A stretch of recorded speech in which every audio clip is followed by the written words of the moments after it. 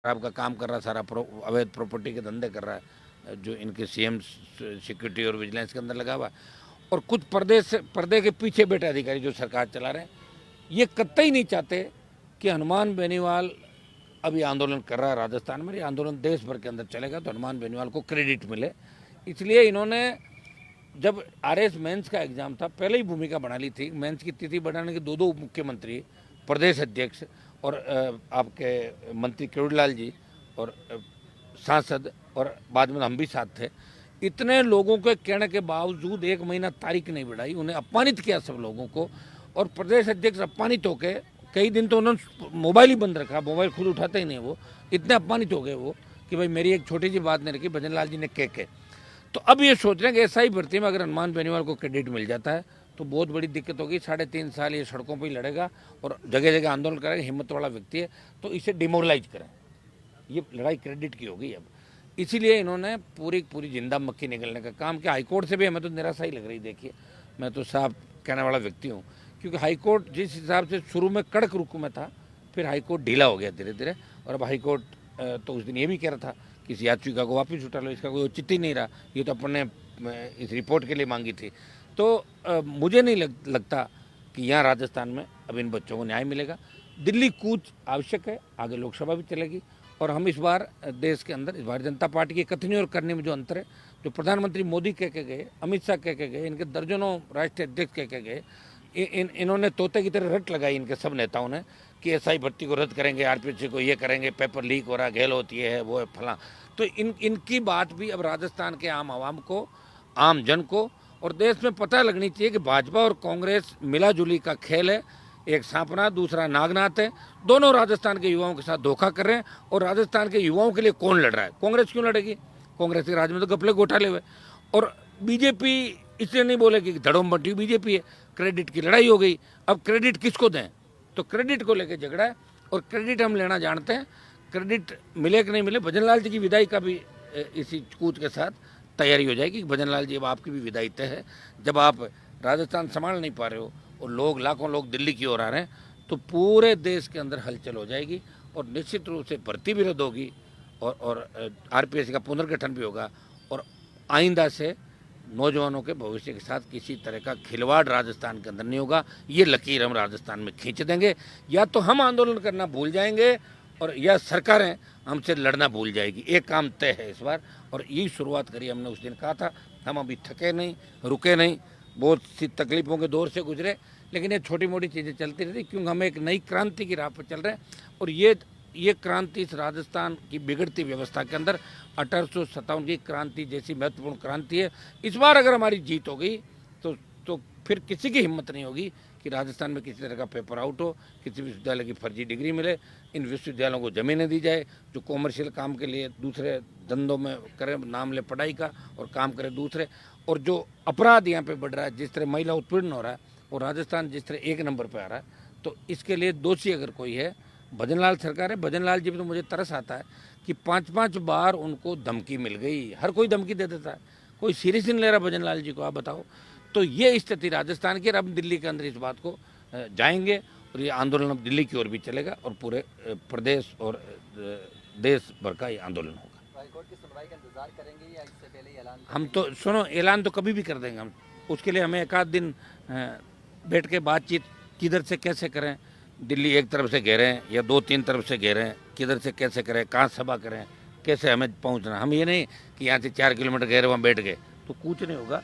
कम से कम दिल्ली के अंदर घुसने के आसपास तो पहुँचे वहाँ पे, ताकि वहाँ हज़ारों लाखों जो लोग हैं देश के, वो भी हमारे साथ शामिल होंगे। उसमें 1-2 एजेंडा हमारे और शामिल हो सकते हैं इस मामले में, क्योंकि बड़ा कूच है और बड़े कूच में जो नौजवानों के जो भी मुद्दे हैं उनको हम साथ ले सकते हैं। अभी हमारा मंथन चल रहा है और 1 आध 2 दिन के अंदर दिल्ली कूच का ऐलान हो जाएगा हमारा। जैसे मदन राठौड़ ने एक बयान दिया है जिसमें बोला है कि हनुमान बेनीवाल जी नकारात्मक राजनीति करते हैं जिससे समाज में अशांति फैलती है। मदन राठौड़ जी को कौन सीरियस ले रहा है? लेता कौन है उनको? जब उन्होंने आरएस एग्जाम की, उनको तो अध्यक्ष पद से इस्तीफा देना चाहिए अगर उनके अंदर जरा सी भी मर्दानगी है। उन्होंने बच्चों को उठा लिया वहाँ पे, जो आरएस मेंस की तिथि बढ़ाने की बात कर रहे थे, और वहाँ जाके जूस पिला दिया, भजन लाल जी से बात करा दी फोन। जरा सी भी शर्म हो अगर प्रदेश देश के अंदर, रिजाइन दे दे। और मदन जी, आपकी लॉटरी खुल गई, क्यों कर रहे हो फालतू की बातें? आगे आपका भी कोई ज़्यादा लंबा नहीं चलने वाला, 2 साल में घर बैठ जाओगे। इतना ही चला है। ये सब आप पहले क्या करते थे बता दो, 2-2.5 साल पहले क्या करते थे? कभी साला से सम्मेलन में जाते थे, कभी और थे, किसको नेता बनाना चाहते थे पार्टी में, क्या कर रहे थे? ये तो आपने फार्म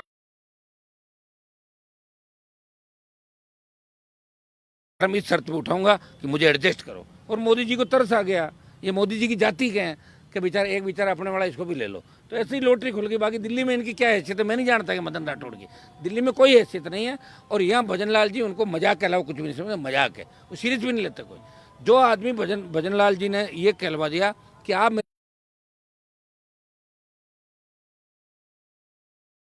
राजनीति अगर करता तो 1 लाख जवानों के साथ कूच कर देता, यहाँ भगदड़ मच जाती। मैं इनकी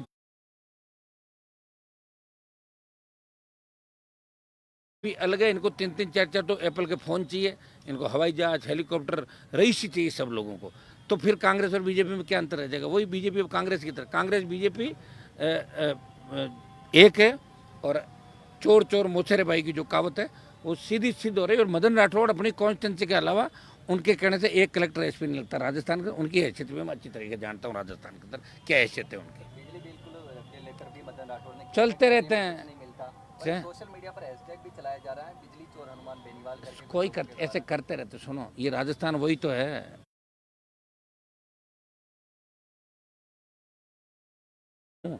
और बिजली चोरी अलग होती है। बिजली चोरी तो वो होती है कि अपन थ्रेट बिजली की चोरी करें, अलग से एक केबल डालें या दूसरा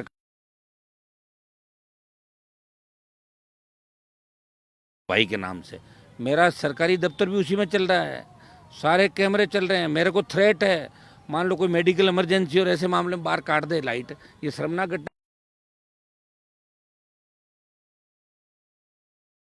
एनकाउंटर करे पकड़ पकड़ के लोगों के, कौन बोलने वाला राजस्थान के अंदर? चुप हो गया राजस्थान।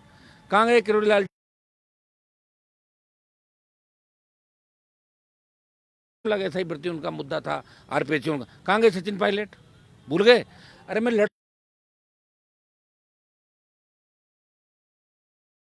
अपना नॉमिनेशन फाइल नहीं कर सकता, उसको नॉमिनेशन फाइल में एनओसी चाहिए हर डिपार्टमेंट की।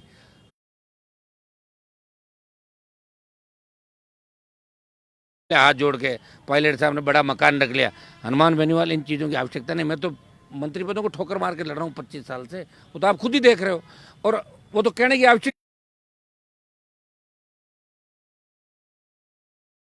लोगों को इस बात के लिए कि उनके जो सभाएं होती इतनी मैं जनसुनवाई करता हूँ रोज।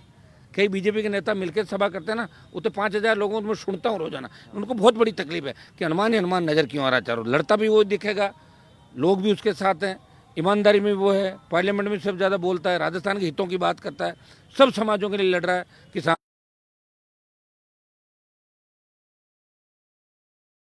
उन्होंने जब कोई नहीं था घर पे तो पोल से फोटो खींच के भाग गए चोर। पुलिस चोरों की तरह भाग गई वहां से 15 घर। कौन रोक रहा था पुलिस को वहां? और अगर इनको कनेक्शन काटना होता तो मुझे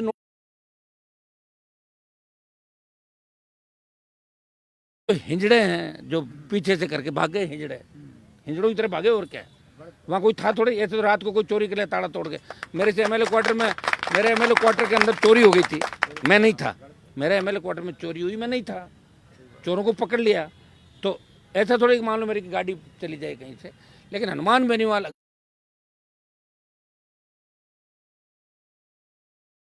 चैलेंज करके रो कोई काम कर दे, बता दूंगा मैं सरकार कि मैं क्या हूँ और सरकार क्या हूँ, अगर वापस कोई चला जाए वहां से। तो मदन राठौड़ और किरोड़ी लाल मीणा भी आमने सामने। ये मदन राठौड़ के पीछे पीछे घूमता था। पहले कहता था मैं राजेंद्र का भाई हूँ, फिर पता लगा ये तो राठौड़ राजपूत है और ये दूसरे वाले हैं, तब जाके हैं मैं तो साहब इनका भाई हूँ। शुरू के अंदर ये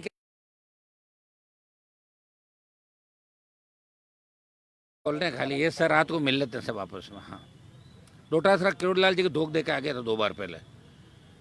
किरोड़ी लाल जी के 2 बार धोख दे दी, जब धरने पे बैठे थे तो प्रणाम करके आ गया था घर पे।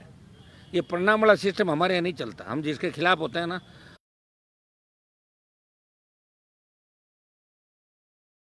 मदन राठौड़ ज्यादा फड़फड़ करा, इसका भी साल 2-2.5 साल कहाँ जाएगा कहाँ? हमारी जो उम्र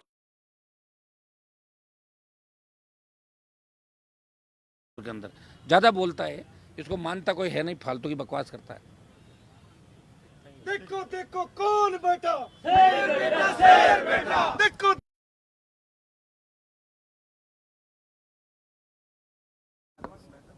फिर बीच में डॉक्टर राकेश के लिए 7 दिन ऐसे में अस्पताल का जो आंदोलन था, हमने धरने की तारीख दे रखी है। 7 तारीख तक ये कंटिन्यू धरना रहेगा। सरकार की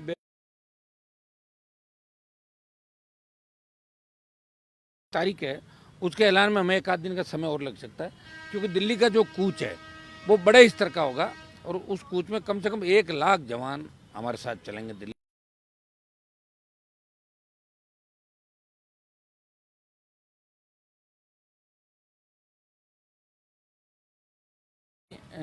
जो इस पे 25 है और 24 अप्रैल से पूरी गर्मी, लू के थपेड़े, जेल भरो आंदोलन, युवा आक्रोश रैली, फिर बीच में डॉक्टर आंदोलन को चलते हुए लगातार हो गए और शायद 69 डेज इस धरना स्थल पे हम लोगों को 26 तारीख धरना चालू हुआ और 7 तारीख तक अभी हमने धरने की तारीख दे रखी है।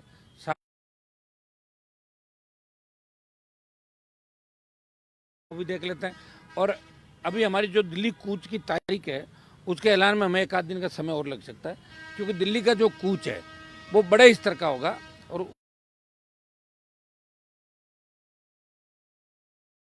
सरकार की पोल वहां पे दिल्ली में हम खोलेंगे। दुर्भाग्य इस बात का मुझे लग रहा है कि दिल्ली वाले भी नहीं,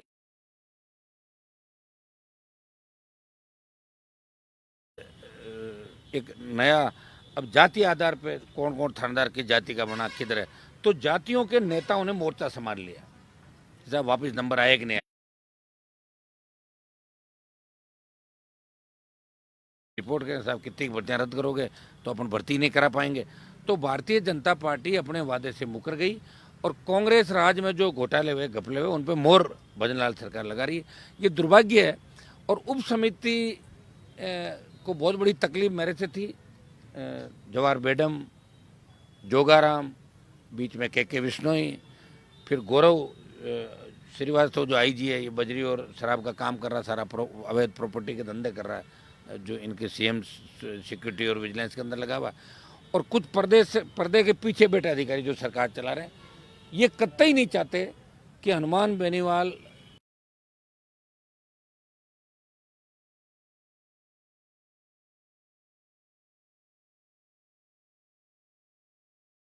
मेंस की तिथि बढ़ाने के 2 उप मुख्यमंत्री, प्रदेश अध्यक्ष और आपके